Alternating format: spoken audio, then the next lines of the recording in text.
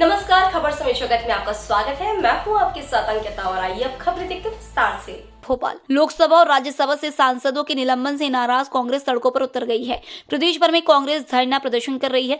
राजधानी भोपाल समेत कई जगहों पर विरोध प्रदर्शन किया जा रहा है, जिसमें कांग्रेस के बड़े नेता शामिल है। इस दौरान पीसीसी चीफ जीतू पटवारी ने बीजेपी पर जमकर निशाना साधा है। जीतू पटवारी ने कहा है कि आम नागरिक का अपने विचारों को स्वतंत्रता से रखना लोकतंत्र की खासियत है। सत्ता और विपक्ष देश की आर्थिक, सामाजिक, राजनीतिक विकास के लिए दो पटरियां हैं। केंद्र सरकार लोकतंत्र की हत्या कर रही है। मैं मानता हूं कि विधानसभा और लोकसभा लोकतंत्र का मंदिर है। जनता को भरोसा होता है कि अगर लोकसभा या विधानसभा में सवाल उठा है तो उसका निराकरण होगा। बीजेपी ने इस विश्वास को चकनाचूर किया है। मुझे भी बिना कारण विधानसभा से निलंबित किया गया। उन्होंने कहा कि प्रधानमंत्री नरेंद्र मोदी अपने नेताओं की ही नहीं सुन रहे। मुख्यमंत्री चयन में तानाशाही हुई। सीएम के लिए किसी का चेहरा दिखाकर दूसरे को सीएम बना दिया गया। शिवराज सिंह चौहान का चेहरा दिखाकर चुनाव लड़ा गया। यह लोकतंत्र की हत्या नहीं तो क्या है? अपनी पार्टी में ही पीएम मोदी तानाशाही ला रहे हैं। क्या विधायकों के मन से सीएम का चयन हुआ? सत्ता और विपक्ष की बात आए तो संसद से बाहर फेंक देना।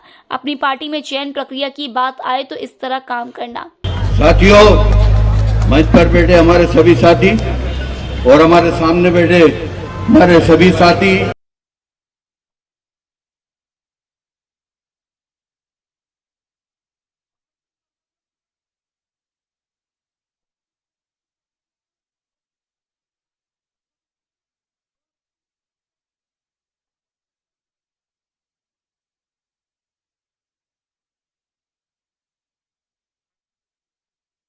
एक बार जोरदार नारा हम सब लगाएंगे।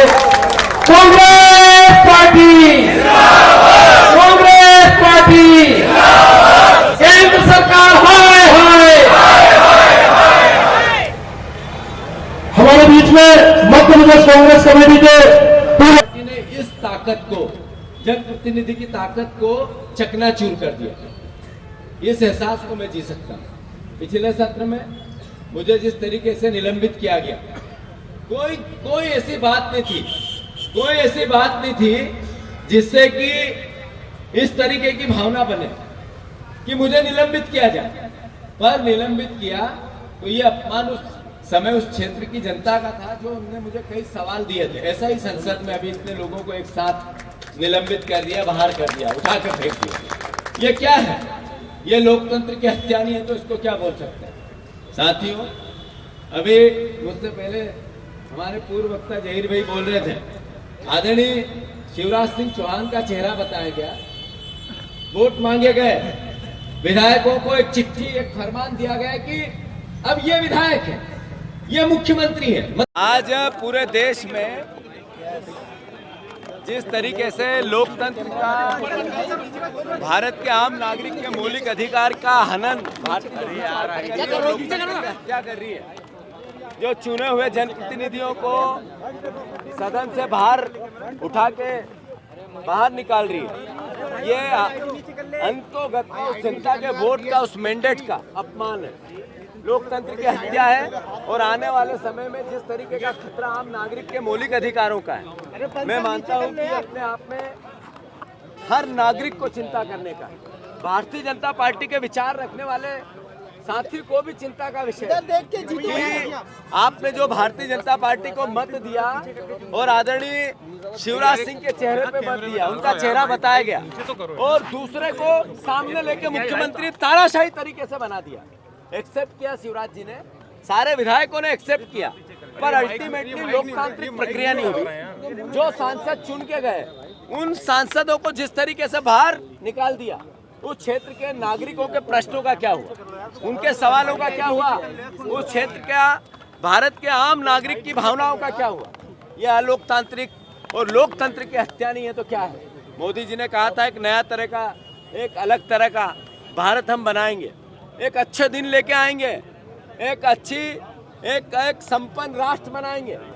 देश सबसे ज्यादा कर्ज में आ गया, देश सबसे बड़ा बेरोजगार हो गया, देश में बंटवारे की राजनीति से सत्ता हासिल करने लगे, आंतरिक और बाहरी लोकतंत्र की हत्या होने लगी और आम नागरिक को लोकतंत्र पे से भरोसा, ईवीएम पे से भरोसा उठने लगा। ये क्या है? ये लोकतंत्र की हत्या नहीं है तो क्या है?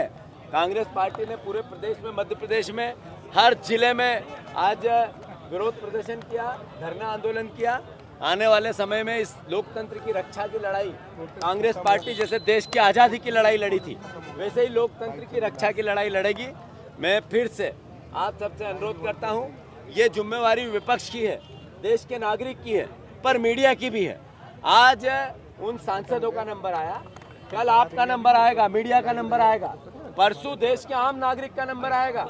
अगर इसी तरह की सोच को हमने हावी होने दिया तो देश का कोई नागरिक इससे अछूता नहीं रह सकता, कोई व्यवस्था अछूती नहीं रह सकती। तो मैं फिर से आह्वान करता हूं, प्रार्थना करता हूं मीडिया जगत को कि इस लोकतंत्र के कुचक्र की लड़ाई में आप सब भी आगे आए।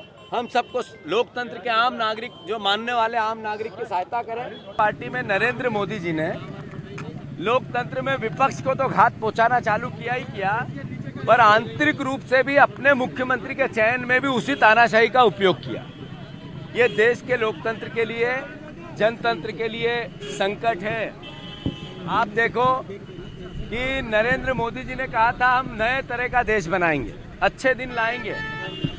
वो अच्छे दिन कैसे, जिसमें आम नागरिक के मौलिक अधिकारों की सुरक्षा दुर्भर हो गई। जिन सांसदों का निलंबन हुआ, उस क्षेत्र की जनता की समस्याओं के सवालों का क्या? जिन सांसदों का निलंबन हुआ, उसमें देश की समस्याओं के जो सवाल जवाब सरकार से करने थे, उनका क्या? इसका मतलब है देश के नागरिकों पे सीधा प्रहार है। मैं फिर से, ये पूरे प्रदेश में जो लोकतंत्र की हत्या हुई, चुनाव की पद्धति को आघात पहुंचाया जा रहा है। जो महान लोकतंत्र है हमारा, जो चुनाव की पद्धति है भारतवर्ष की, उसको एक तरह से चकनाचूर किया जा रहा है। उसके कुचक्र में आम जनता के मौलिक अधिकारों की हत्या की जा रही है। इसकी हम निंदा करते हैं। पूरे प्रदेश के हर जिले में इस तरह के आंदोलन हुए।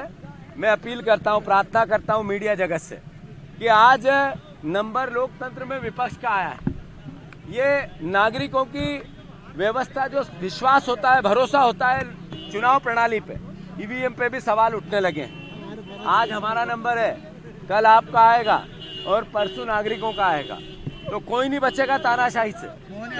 इसलिए हम सब, आप सब एक साथ अपने अपने मौलिक अधिकारों के लिए, देश के आम नागरिक के मौलिक अधिकारों के लिए जागें और इस लड़ाई में हमारा साथ दें। खबर समय जगत के लिए संवाददाता आदित्य सराठी की report. For latest news, subscribe to our channel and press the bell icon.